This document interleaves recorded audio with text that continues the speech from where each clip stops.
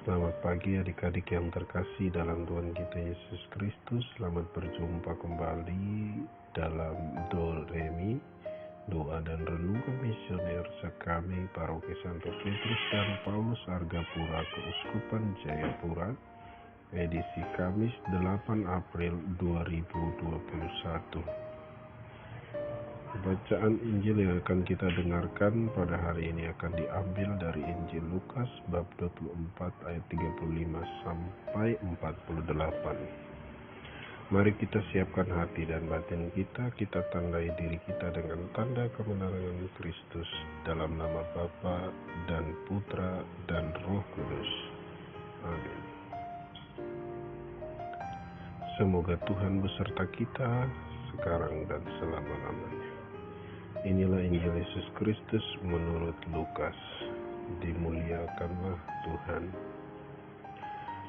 Lalu kedua orang itu pun menceritakan apa yang terjadi di tengah jalan dan bagaimana mereka mengenal Yesus pada waktu ia memecah-mecahkan roti.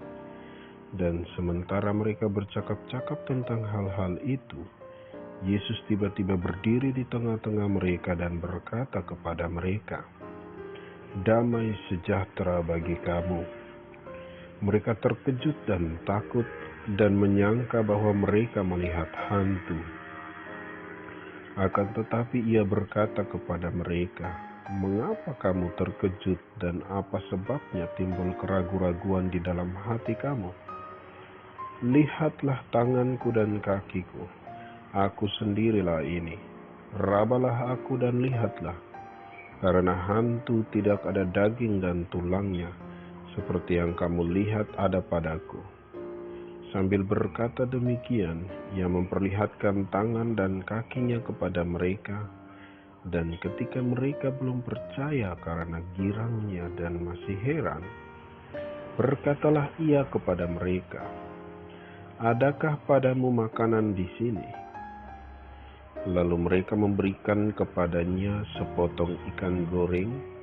Yesus mengambilnya dan memakannya di depan mata mereka. Ia berkata kepada mereka, "Inilah perkataanku yang telah kukatakan kepadamu ketika aku masih bersama-sama dengan kamu, yakni bahwa harus digenapi semua yang ada tertulis tentang aku dalam kitab Taurat Musa dan kitab nabi-nabi dan kitab Mazmur." Lalu ia membuka pikiran mereka sehingga mereka mengerti kitab suci.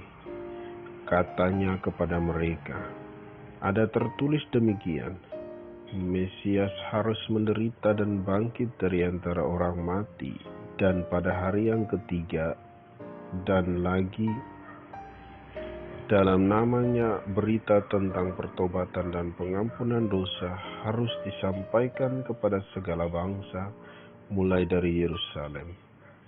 Kamu adalah saksi dari semuanya ini."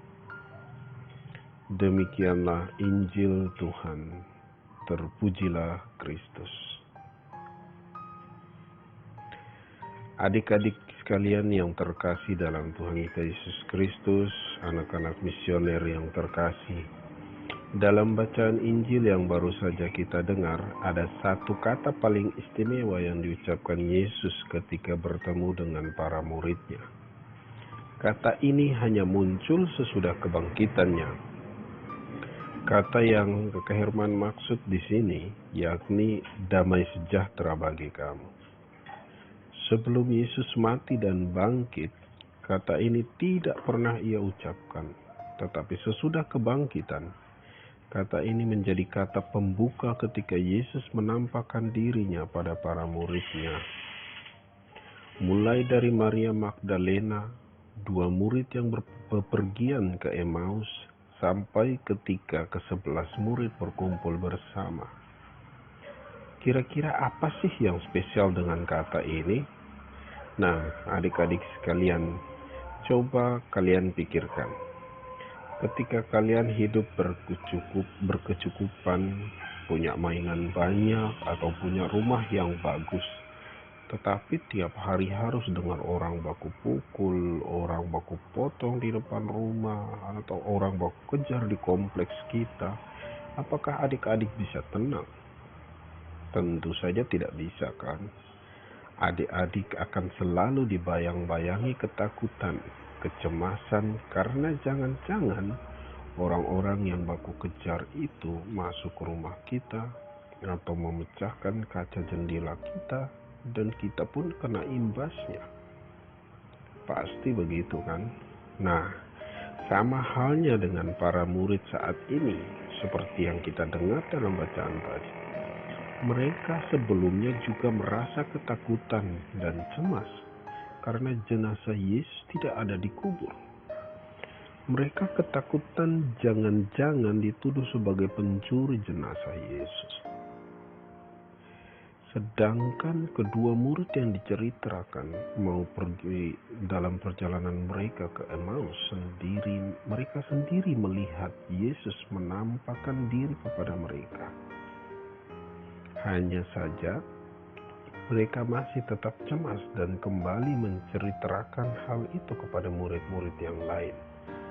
Nah, disinilah Yesus menampakkan dirinya lagi dan mengucapkan kata-kata istimewa itu, "Damai sejahtera bagi kamu."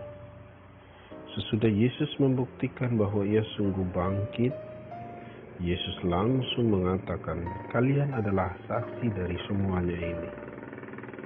Hal ini berarti sebagai orang yang percaya akan kebangkitan Yesus, kita harus menjadi saksi Kristus untuk mewartakan kabar baik, yakni Kristus telah bangkit dan damai sejahtera Allah selalu beserta kita. Damai sejahtera lah yang dibutuhkan oleh kita saat ini, adik-adik yang terkasih. Saat ini banyak negara yang masih hidup dalam peperangan. Ada di berbagai tempat rumah ibadat dibakar, diledakkan dengan bom, dan banyak pula orang yang masih hidup dalam kesedihan. Tugas kita sebagai anak misioner yakni menjadi saksi kebangkitan untuk mewartakan damai kepada siapa saja yang kita temui. Mewartakan damai itu bisa saja seperti menjadi teman yang tidak pelit untuk teman yang lagi susah, menjadi penghibur dikala teman lagi sedih, dan menjadi penolong dikala teman lagi membutuhkan bantuan kita. Di situ kita menjadi pembawa damai sekaligus saksi kebangkitan bagi sesama kita. Nah, dengan demikian adik-adik sudah menjalankan amanat bacaan Injil hari ini. Mari kita menjadi saksi kebangkitan dengan mewartakan damai bagi sesama.